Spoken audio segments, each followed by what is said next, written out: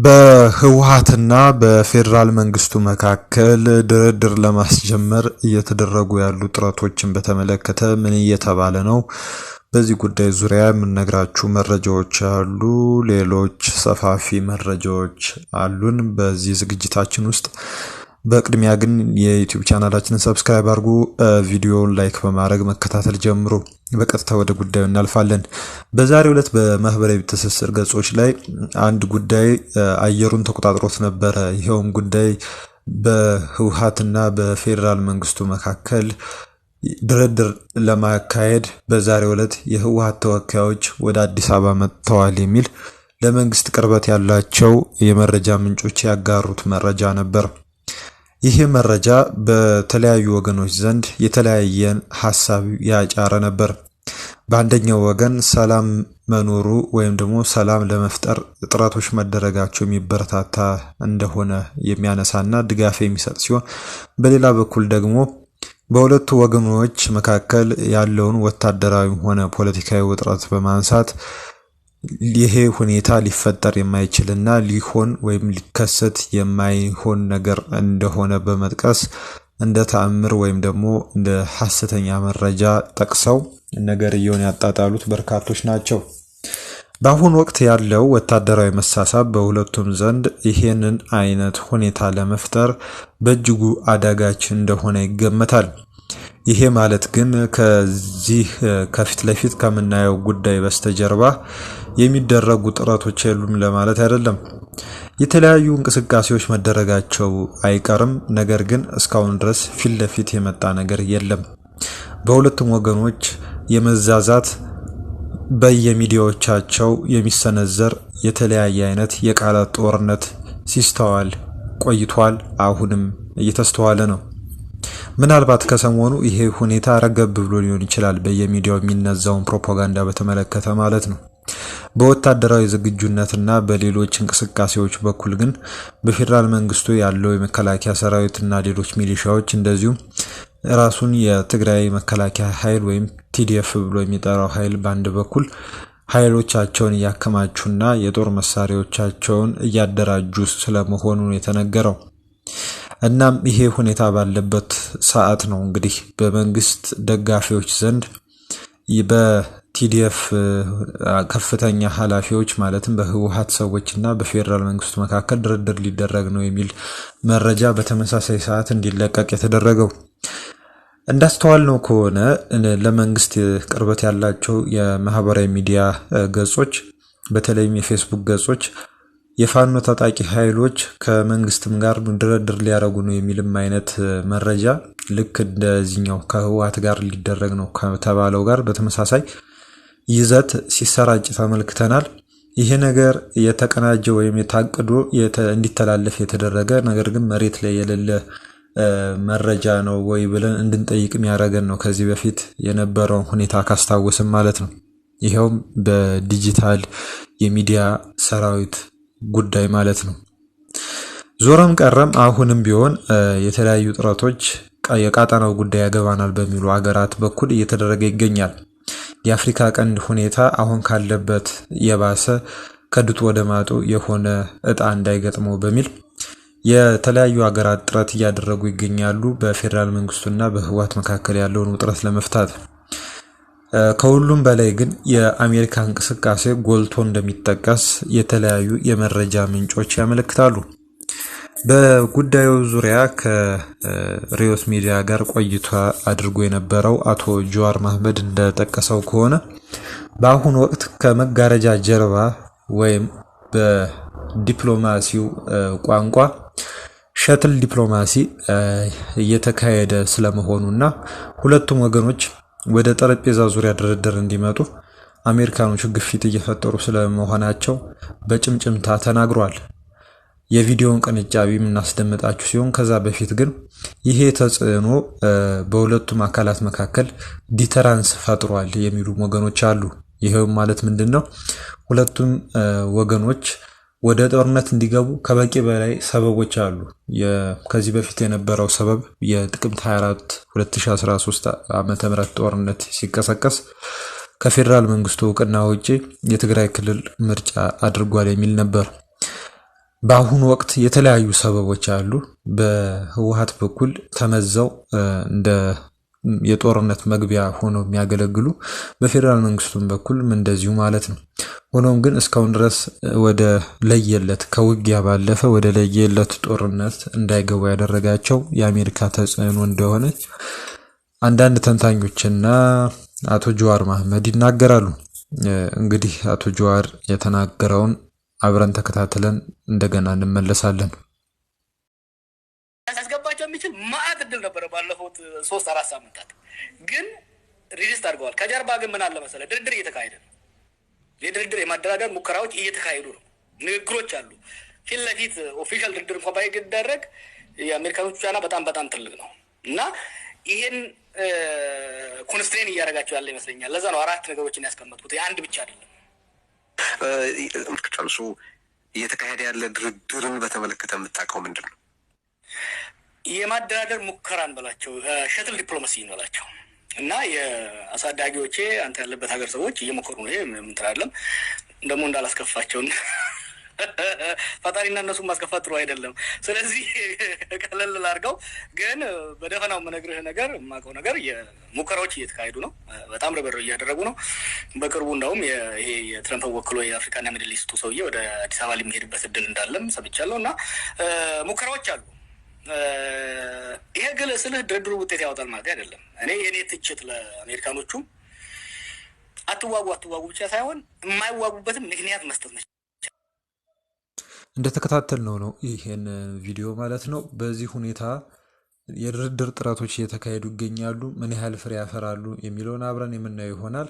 በነገራችን ላይ የሀገራዊ ምክክር ኮሚሽኑ መዝጊያ ጉባኤ ላይ ለመገኘት የአፍሪካ ህብረት የሰላም ልዑክ መሪ የሆኑት ኦሉሴጉን ኦባሳንጆ የቀድሞ የናይጄሪያ ፕሬዝዳንት ይሄንን ከህወሓትና ከፌዴራል መንግስቱ ጋር የተገናኘውን ጉዳይ ለማሳለጥ አደራ ተሰጥቷቸዋል ተብሏል። ከቀድሞ የኬንያ ፕሬዝዳንት ኡሁሩ ኬንያታ ጋር በመሆን ማለት ነው። እንግዲህ በሚመጡት ቀናት ምን አይነት ሁኔታዎች ይፈጠራሉ የሚለውን አብረን የምናየው ቢሆንም አሁንም ግን ይሄ የሸትል ዲፕሎማሲ ነገር እስካሁን ተስፋ እንዳላስቆረጠና ጥረቶች እየተካሄዱ እንደሆነ የአንዳንድ ምልክቶች ማሳያ ይሆናል። በዛሬው ዕለት ቅድም የጠቀስናቸው አይነት መረጃዎች ሲራቡ ነበረ ወይም ሲሰራጩ ነበረ። የህወሓት ወኪሎች ወይም ተደራዳሪዎች አዲስ አበባ ገብተዋል የሚል ማለት ነው። ለዚህ ጉዳይ ምላሽ የሰጡት አቶ አማኑኤል አሰፋ የትግራይ ክልል ምክትል ርዕሰ መስተዳድር ናቸው። ወደ አዲስ አበባ እኛ ወክለን የላክነው ሰውም የለም፣ እኛም አልሄድንም፣ አታደናግሩ የሚል አይነት የፌስቡክ ልጥፍ አጋርተዋል። ይሄ ምላሽ እንግዲህ ምን ያህል እውነታውን ይገልጻል የሚለውን እንግዲህ አብረን የምናየው ይሆናል ማለት ነው። በቀጥታ በዛሬው ዕለት ወደ ተጠናቀቀው አገራዊ ምክክር ኮሚሽን ጉዳይ እንሄዳለን። የኢትዮጵያ ሀገራዊ ምክክር ጉባኤ ዛሬ መዝጊያ ስነስርዓቱን ማካሄዱን ቀደም ብለን ጠቅሰናል። ሆኖም የምክክር ጉባኤው ትናንት ምሽት የተካሄደው ምልዓተ ጉባኤ መሟላቱ ሳይረጋገጥ እንደሆነ የመረጃ ምንጮች አመልክተዋል። ኮሚሽነር ዮናስ አዳዬ የክልል ተወካዮች ጉባኤ ያዋቀረው የሽምግልና ቡድን ያቀረበውን አዲስ አበባን የተመለከተ ምክረ ሀሳብ ለጠቅላላ ጉባኤው ሲያነቡ የአማራ ክልል ተወካዮች ከአዳራሹ ወጥተው እንደነበርና የተወሰኑት በኮሚሽነሮች ልመና እንደተመለሱ የመረጃ ምንጮች ጠቁመዋል። ተወካዮቹ ኮሚሽነሮች በአዲስ አበባ ዙሪያ ያከራከረው ምክረ ሀሳብ ለጉባኤው የሚቀርበው በስራ ቡድን ደረጃ የጸደቀው ምክረ ሀሳብ ብቻ ነው በማለት የሰጡንን ማረጋገጫ አፍርሰዋል በማለት ቅሬታ ማሰማታቸው ታውቋል። የአሸማጋይ ኮሚቴው አማራጭ ምክረ ሀሳቦች ሁሉም ክልሎች ዋና ከተማቸውን እንዲመርጡ በህገ መንግስቱ እንዲደነገግና ወይም ደግሞ አዲስ አበባ የኦሮሚያ ክልል ርዕሰ ከተማ መሆኗ በህገ መንግስቱ እንዲሰፍር የሚጠይቁ ስለመሆናቸው ነው የመረጃ ምንጮች ያመለከቱት።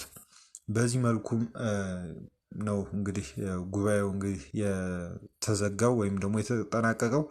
ወደፊት ምን አይነት ሁኔታ ይኖራል የሚለውን እንግዲህ አብረን የምናየው ይሆናል። የአገራዊ ምክክር ኮሚሽኑን ጉዳይ ካነሳን ዘንዳ ኦብነግ በይፋዊ የትዊተር ገጹ ላይ ውጭ ሀገር ያለው ኦነግ ማለት ነው የአገራዊ ምክክር ኮሚሽኑን ሂደት የጉባኤውን እንቅስቃሴ በተመለከተ አንድ አጠር ያለ ጽሑፍ አጋርቶ ነበር።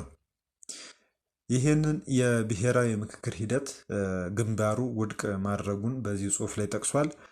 በኢትዮጵያ ሲካሄድ ቆይቶ የተጠናቀቀው ብሔራዊ የምክክር ሂደት አግላይና በቅድመ ውሳኔ የተመራ ነው ሲል ኦብነግ ጠንካራ ወቀሳ አቅርቧል። ኦብነግ ባወጣው መግለጫ ዋና ዋና የፖለቲካ ኃይሎችንና የማህበረሰብ ክፍሎችን ያገለለ የምክክር ሂደት ብሔራዊ መግባባትን ሊፈጥር አይችልም ብሏል። የግንባሩ ጽሑፍ እንዳመላከተው ሂደቱ የተካሄደው አስቀድሞ በተወሰነ አጀንዳ እና ዋና ዋና የፖለቲካ ተሳታፊዎችን በማግለሉ ምክንያት እውነተኛ ሀገራዊ መግባባት ሊመጣ ወይም ሊያመጣ አይችልም ብለዋል። የመድረኩ መጠናቀቅ በደስታ መከበሩ አሳሳቢ መሆኑን ግንባሩ ጠቅሶ ሂደቱ የሀገሪቱን ስር የሰደዱ ግጭቶች በሰላማዊ መንገድ የመፍታት ተስፋን ያጨለመ የመጨረሻ ምት ሊሆን ይችላል ሲል ነው ያስጠነቀቀው። በመዝጊያ ስነ ስርዓቱ ላይ የታደሙ የውጭ ሀገራት ዲፕሎማቶችና ተወካዮች በስነ ስርዓቱ ላይ መገኘታቸው ለሂደቱ ሕጋዊነት መስጠት እንደሆነ ገልጿል። ዓለም አቀፍ ማህበረሰብ ከስብሰባው አዳራሽ ውጭ ያሉትን የተገለሉ አካላትና በግጭት ውስጥ ያሉ ማህበረሰቦችን ድምፅ ሊሰማ እንደሚገባ ነው ጥሪ ያቀረበው።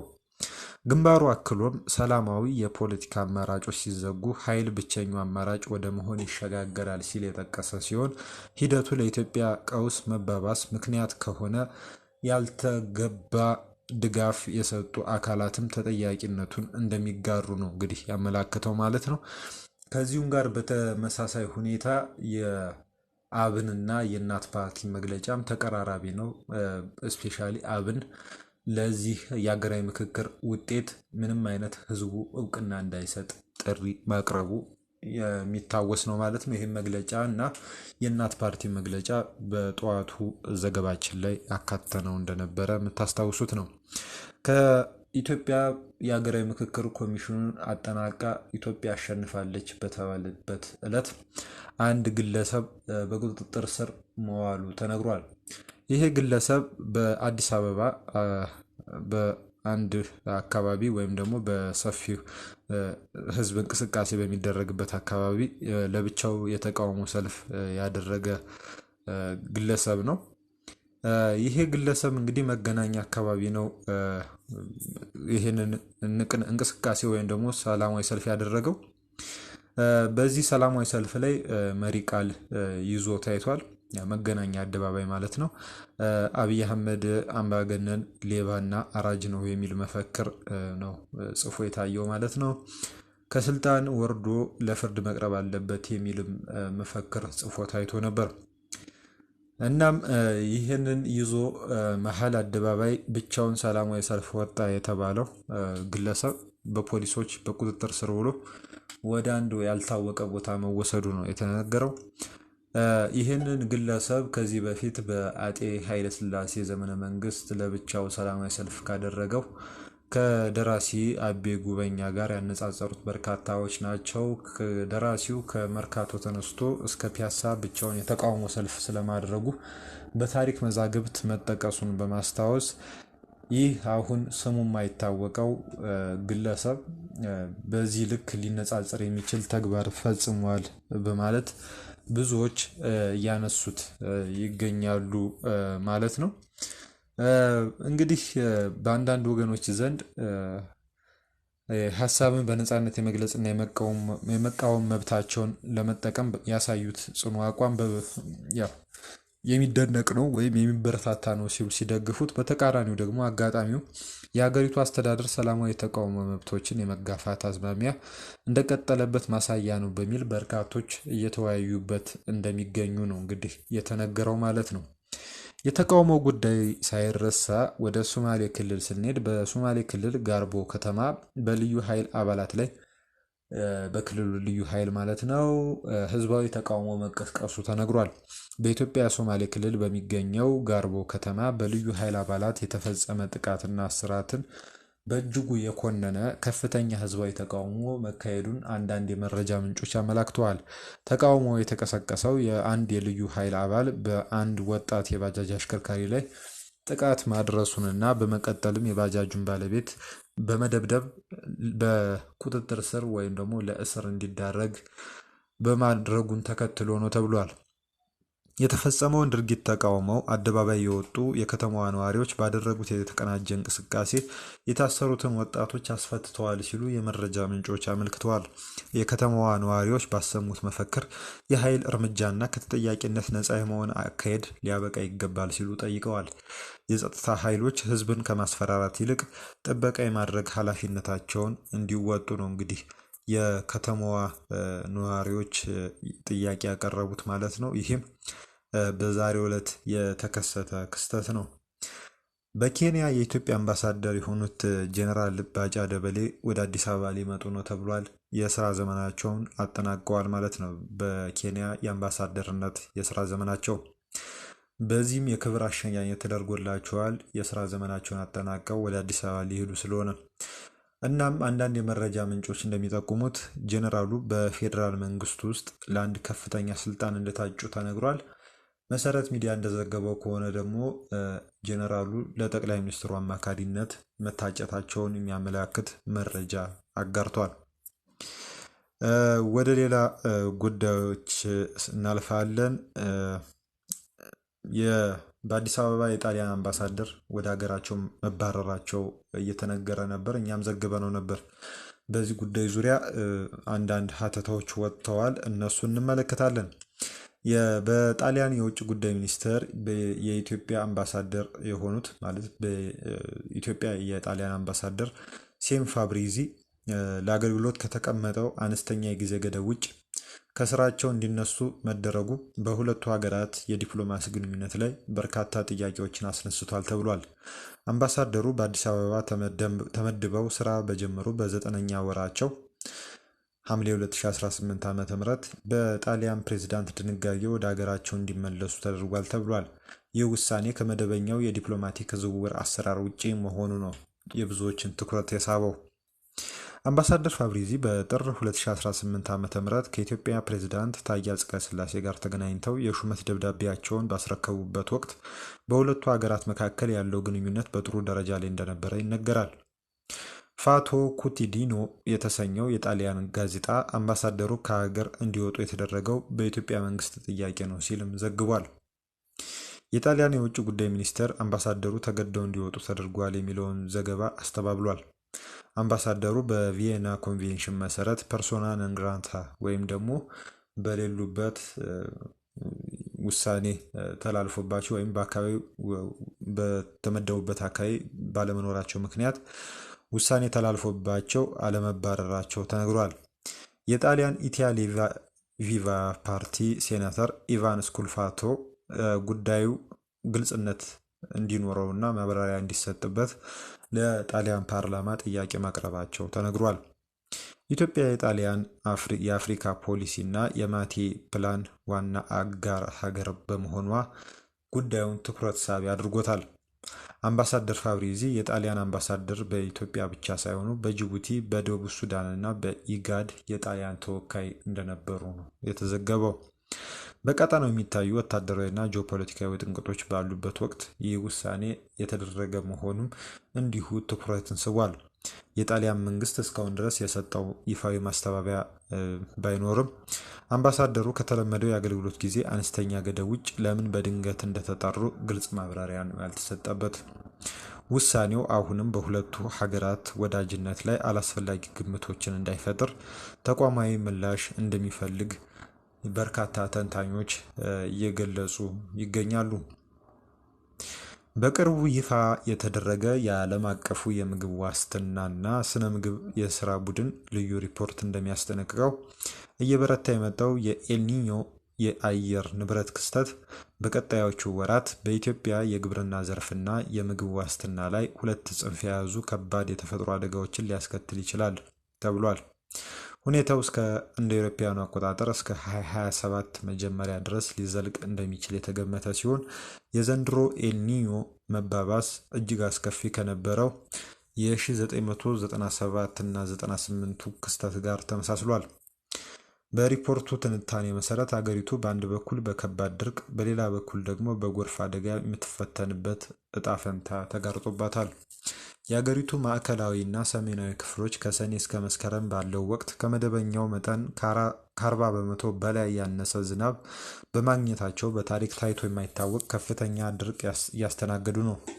ይህም የሰብል መዘግየት፣ የመበላሸትና የእንስሳት መኖ እጥረትን አስከትሏል።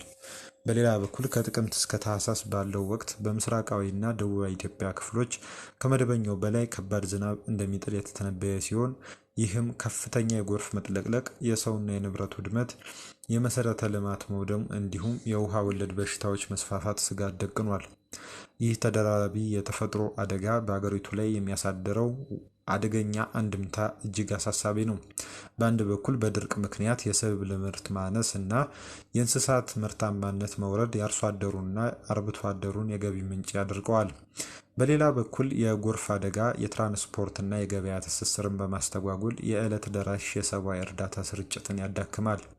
ይህ የገበሬው የመግዛት አቅም ማሽቆልቆልና የምግብ አቅርቦት እጥረት መገጣጠም በተለይም በህፃናት ላይ የሚከሰተውን የምግብ እጥረት ወይም ማልኒትሬሽን በከፍተኛ ሁኔታ ሊያባብሰው ስለሚችል አስቸኳይ የቅድመ ዝግጅትና የመከላከያ ስራዎችን እንደሚጠይቅ ነው እንግዲህ ዘገባው ያመለከተው ማለት ነው። አድማጭ ተመልካቾቻችን ስለተከታተላችሁ እናመሰግናለን። የዩቲዩብ ቻናላችንን ሰብስክራይብ አድርጉ። መልካም ጊዜ